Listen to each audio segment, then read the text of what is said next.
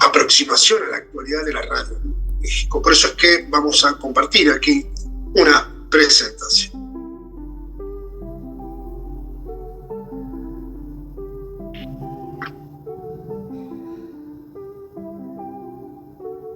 Los otros días habíamos estado advirtiendo que aquí hay un avance muy importante del ingeniero Constantino de Tarnava que genera una suerte de estación experimental. Y claro, aquí lo primero que aparece con importancia para señalar es que son experimentales porque no había ni un gran conocimiento tecnológico al respecto, ni por supuesto nada que tuviera que ver con cómo montar una estación de radio o algo semejante. Nosotros tenemos que dar cuenta de toda una tradición mediática que no existía para 1920.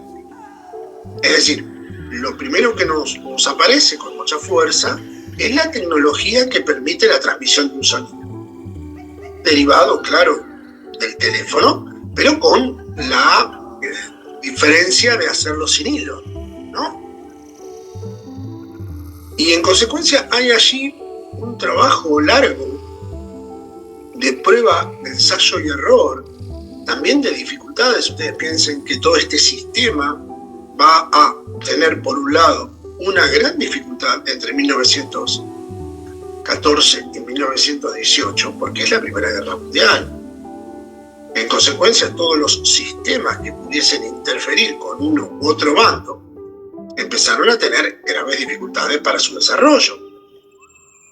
Podía generar un conflicto aún mayor o involucrar a un país que tal vez no estaba formando parte de uno de los bandos en la guerra. De tal manera que, si bien, por supuesto, la finalización de la Primera Guerra Mundial va a generar un desarrollo importante. De hecho, fíjese que en el primer programa se habla del 20, del 21, del 19 en algunos casos. Y ahí vamos encontrándonos con una suerte de lento desarrollo económico. Y mi primera pregunta al respecto sería,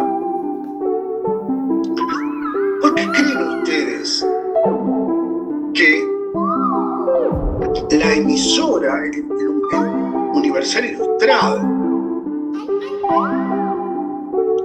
según qué cuestión estaba allí tratando de resolver si no estaba claro? O por lo menos no era tan simple de resolver. ¿Qué les parece a ustedes?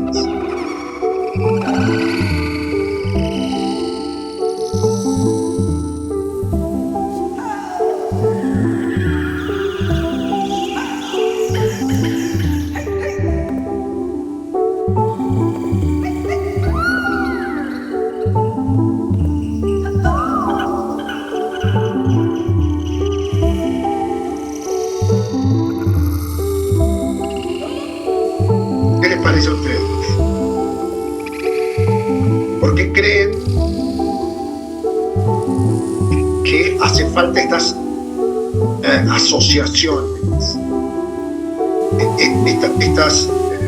estas relaciones. Escribieron en el chat, yo pensé que iban a hablar. Bien. No escuché la pregunta. Bueno, vamos a escribirla. No, para aquí.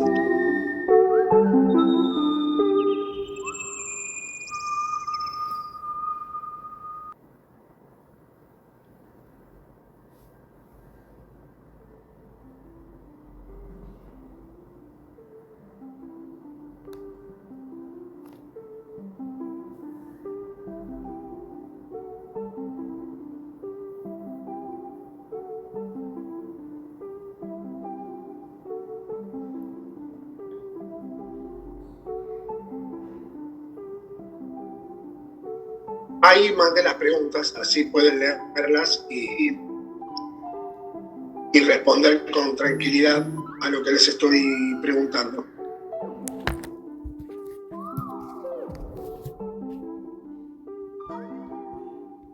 Bernardo, ¿querías decir algo? Te escuchamos.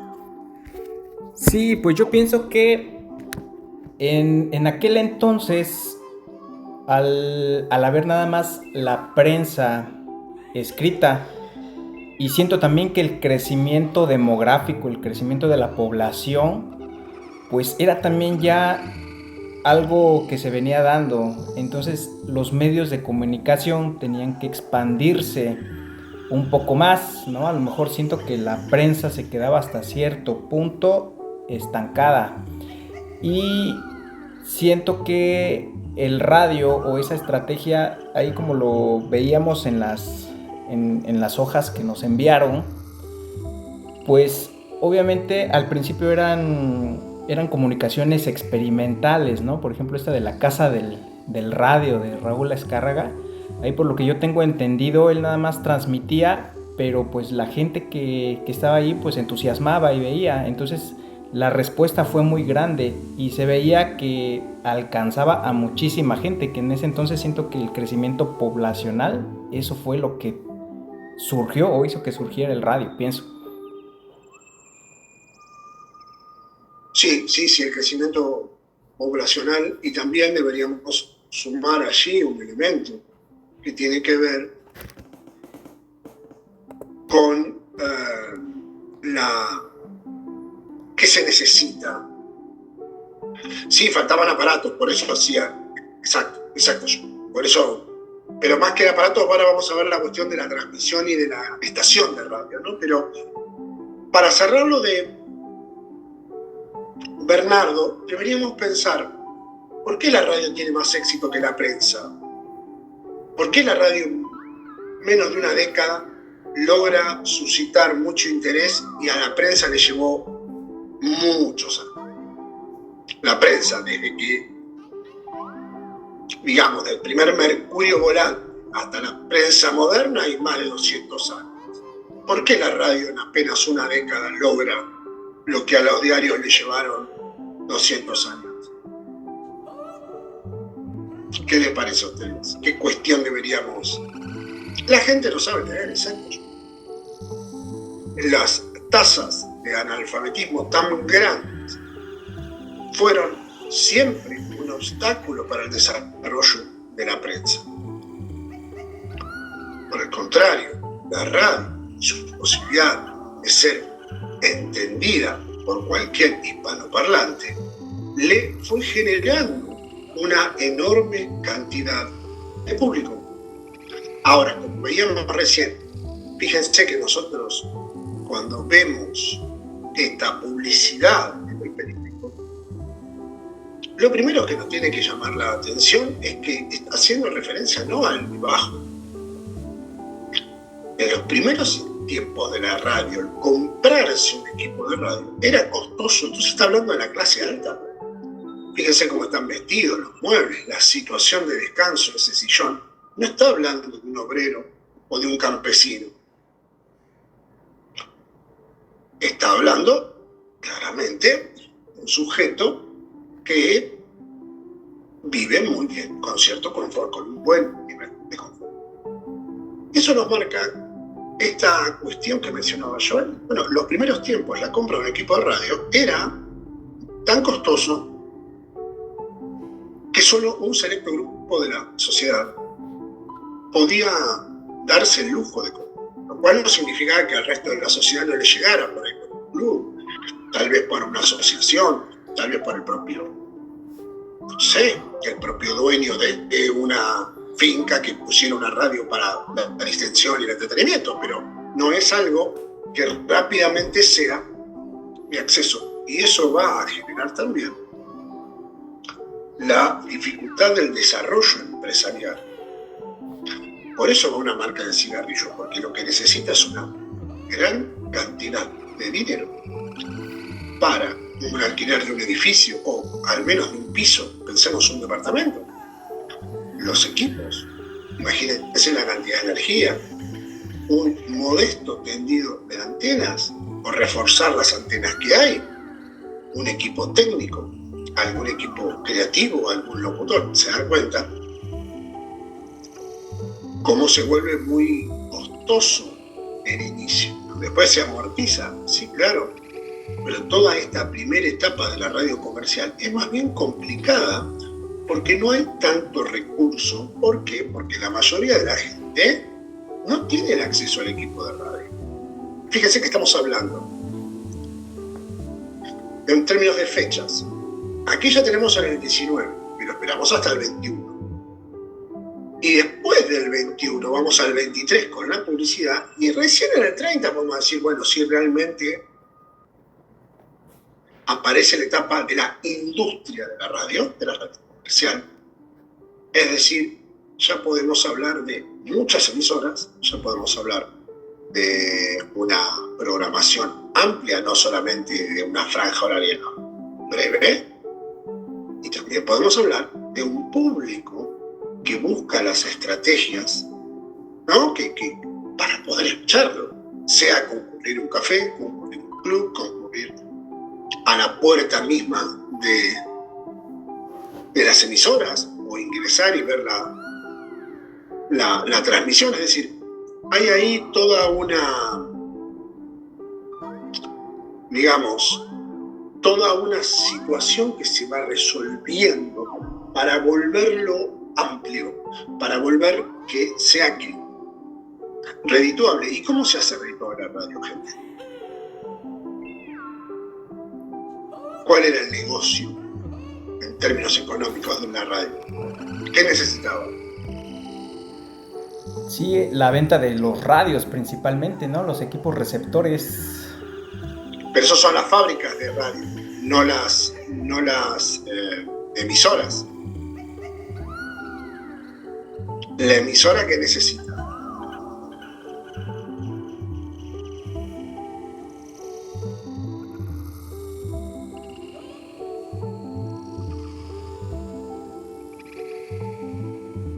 ¿Qué les parece? ¿Qué necesita? Programación que va a transmitir, por supuesto. ¿Y cómo paga eso?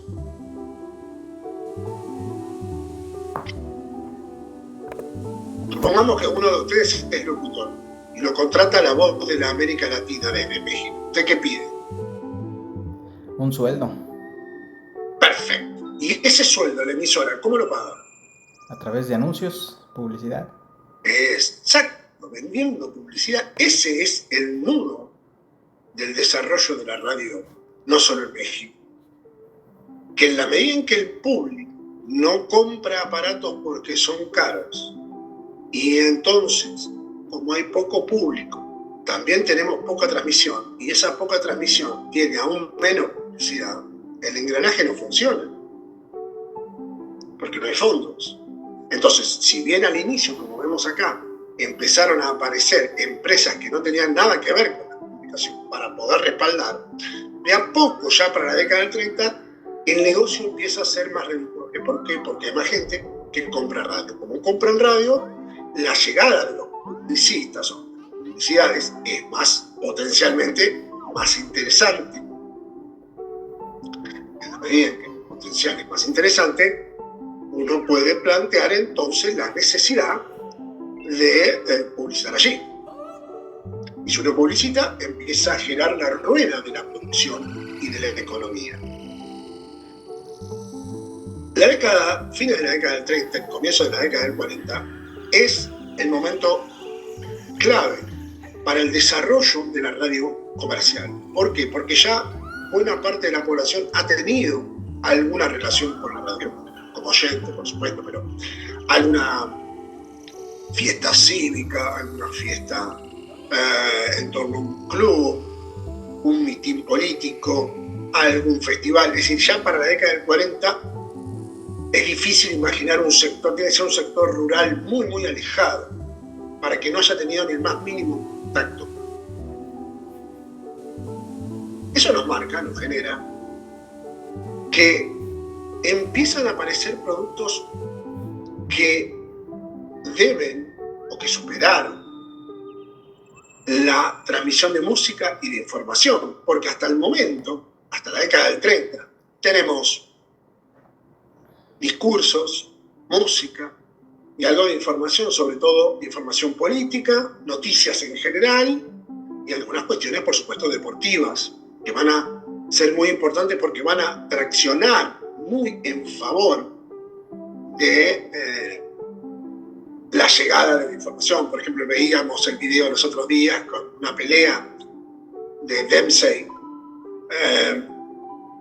contra un boxeador argentino, y la radio por primera vez, tanto en México como en Argentina, llegó antes de información que la prensa escrita, ¿no? Ahí hay una lucha por eso. Ahora, claro, se agota, porque pensemos nosotros por un momento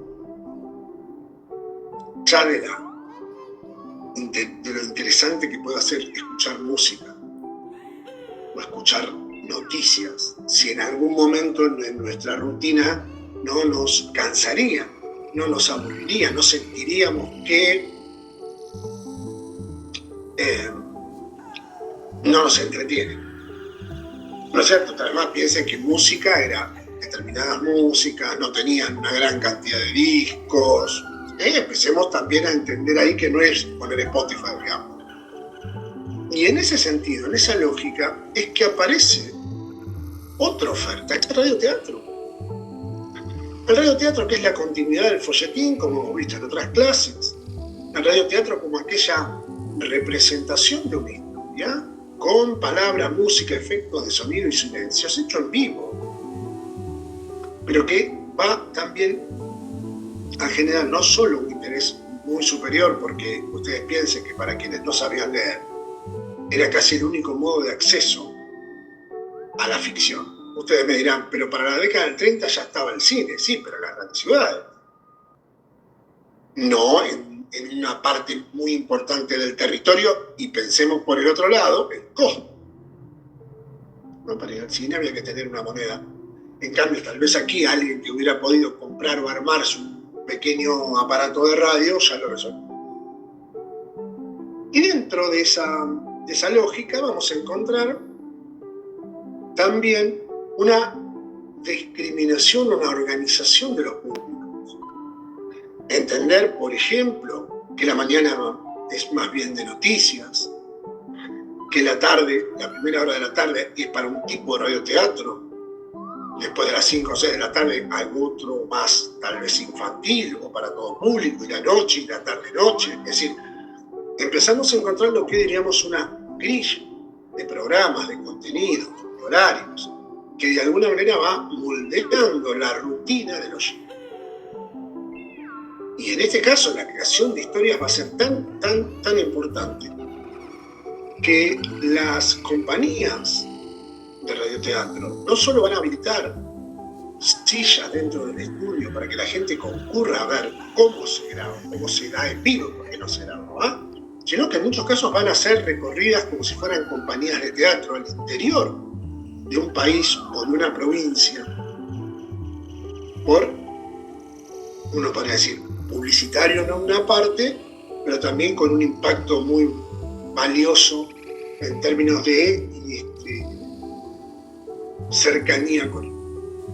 ¿Sí? Acá tenemos entonces toda una serie de elementos. Ahora, acá yo les preguntaría, ¿por qué creen ustedes que aparece una radio universitaria? Ya casi en la década del 40, cuando estamos empezando a tener este apogeo de la radio comercial. ¿Por qué les parece?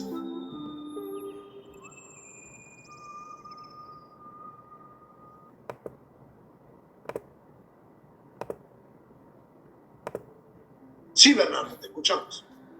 Muy bien, pues la radio universitaria, yo siento que en ese entonces a lo mejor nada más había muy poca programación y nada más se limitaban a lo mejor a transmitir noticias, música y a lo mejor cierta parte de entretenimiento. Pero la radio universitaria pues se caracterizó más hacia lo científico, hacia lo cultural. Entonces siento que esas instituciones lograban llegar o trataban de llegar a otro tipo de público, ¿no? A lo mejor algo más, no sé, algo más cultural. Así es, ¿no? Así es. La cuestión es la siguiente, pensémoslo por este lado. Nosotros necesitamos, como emisora,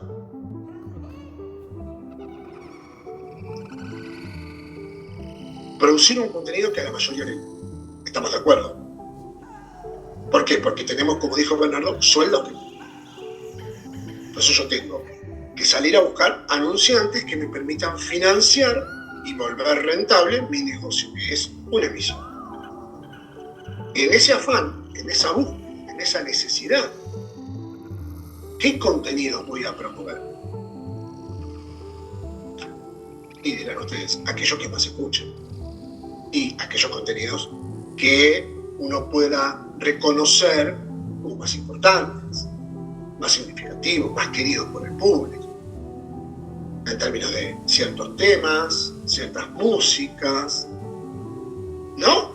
Cierto entretenimiento, algunos radioteatros, no otros, ¿estamos de acuerdo? En esa lógica de volver rentable un producto, está claro que todos aquellos aspectos científicos, si quieren ustedes, de la cultura clásica, de otro tipo de música, de otro tipo de expresiones artísticas, quedan afuera.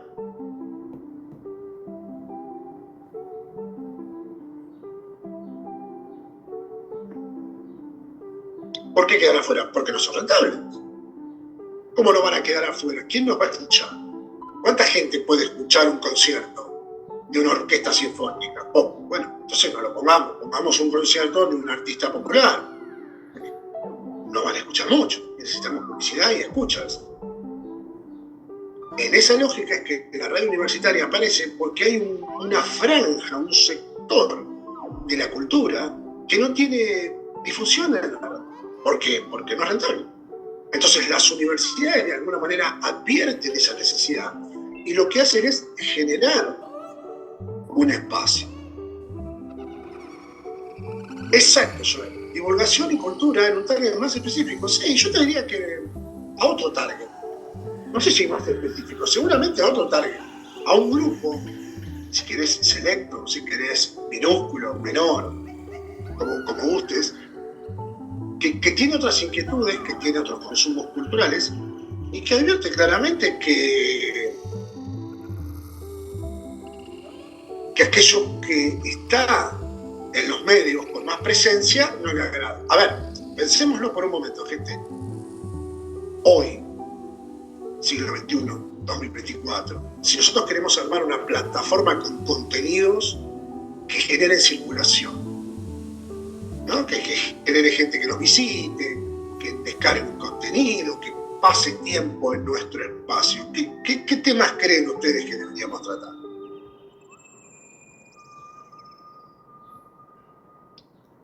Sí, ¿verdad? Sin dudarlo, el fútbol. El fútbol, podríamos pensar quizás el amarillismo desde la política o la vida de las artistas, ¿no? Ese tipo de cuestiones serían... Entonces, claro, volvemos al mismo problema. Bueno, pero no es de calidad. Bueno, pero no podemos hablar de las olimpiadas científicas que se desarrollaron en Taiwán. No entra nadie en eso. De un científico mexicano que encontró... Y no, eso no lo pongas. No, mirá, encontraron restos fósiles de un dinosaurio en Yucatán. No, dejá. ¿Me explico? Esa dicotomía entre lo rentable y lo interesante acá aparece con toda la fuerza y es por eso entonces que la radio universitaria cobra sentido, porque pone de manifiesto que esa franja de temas que es absolutamente ajeno al gusto de las mayorías va a necesitar un espacio de transmisión y es el Estado, en este caso las universidades, los que se encargan de.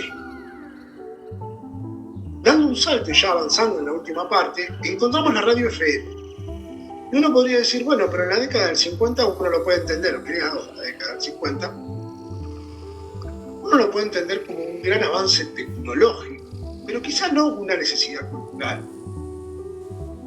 Porque uno podría decir, bueno, la FM suele tener, desde entonces, una gran calidad de sonido, una mejor calidad de sonido, aunque una cobertura, ¿no?, menor. Ahora, si nos tomamos el trabajo de avanzar apenas 5, 6, 7 años y nos instalamos en los primeros años de la década del 60, ahí ya se vuelve entendible, lógico, la existencia de un FM. ¿Por qué? Porque toda la cultura rock que ya en las décadas del 50 viene construyéndose, explosiona. Los Beatles, los Rolling Stones, y toda la cultura, si quieren ustedes, no rock, pero sí hippie, toda la revolución cultural y política de la década del 60, como el Mayo del 68, la revolución cubana, las manifestaciones en contra de la guerra de Vietnam, por poner algunos ejemplos. Por supuesto que hay muchos más. Todos esos elementos van transformando. Si uno mira la década del 40 y la década del 50 en algún país de América Latina, no va a notar ni siquiera tanta diferencia en la ropa, siquiera en la ropa. No va a notar mucha diferencia en la conformación de las familias, en el rol de la mujer, en las expectativas del hombre.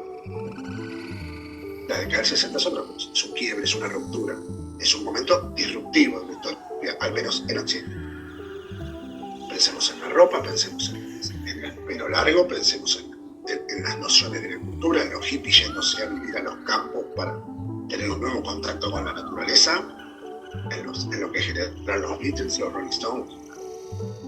Todas esas cuestiones encajan mucho mejor en la FM que en la AM. Entonces la FM, que tal vez en la década del 50, reitero, podía ser simplemente una mejora tecnológica, se va a volver en la década del 60 un elemento sustancial. Y es hasta 2010, hasta los 2000, podríamos decir, el dominante. La radio AM pasa a ser un espacio de escucha adulto y en espacios laborales, o en horarios laborales, y la FM, ¿no?, queda más relegada o establecida o organizada para gente joven y para momentos de ocio, de entretenimiento, descontracturado, donde la cultura rock, la cultura pop, ¿no?, continúa teniendo un espacio más profundo. Fíjense que la FM y el deporte mucho no va. La FM y los policiales y la nota amarilla no tanto, sobre todo en esa época. Ahora, claro, de ahí avanzamos al día de hoy. Y hoy en día, bueno, nos pone una serie de desafíos, ¿no? Entonces, antes de dar mi opinión, me gustaría saber qué opinan ustedes del futuro de la radio de ahora y de la de un tiempo.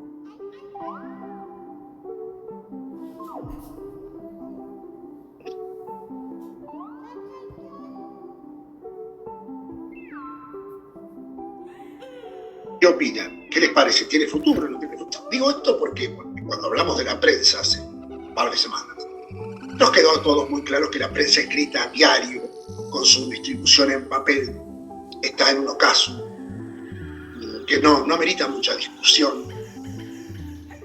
El cine no llegamos a hablar sobre eso, cuando hablemos de internet lo recuperaremos, pero por eso les pregunto ahora en torno a la radio, como emisoras, como aparatos de radio y demás. ¿Cómo lo ven?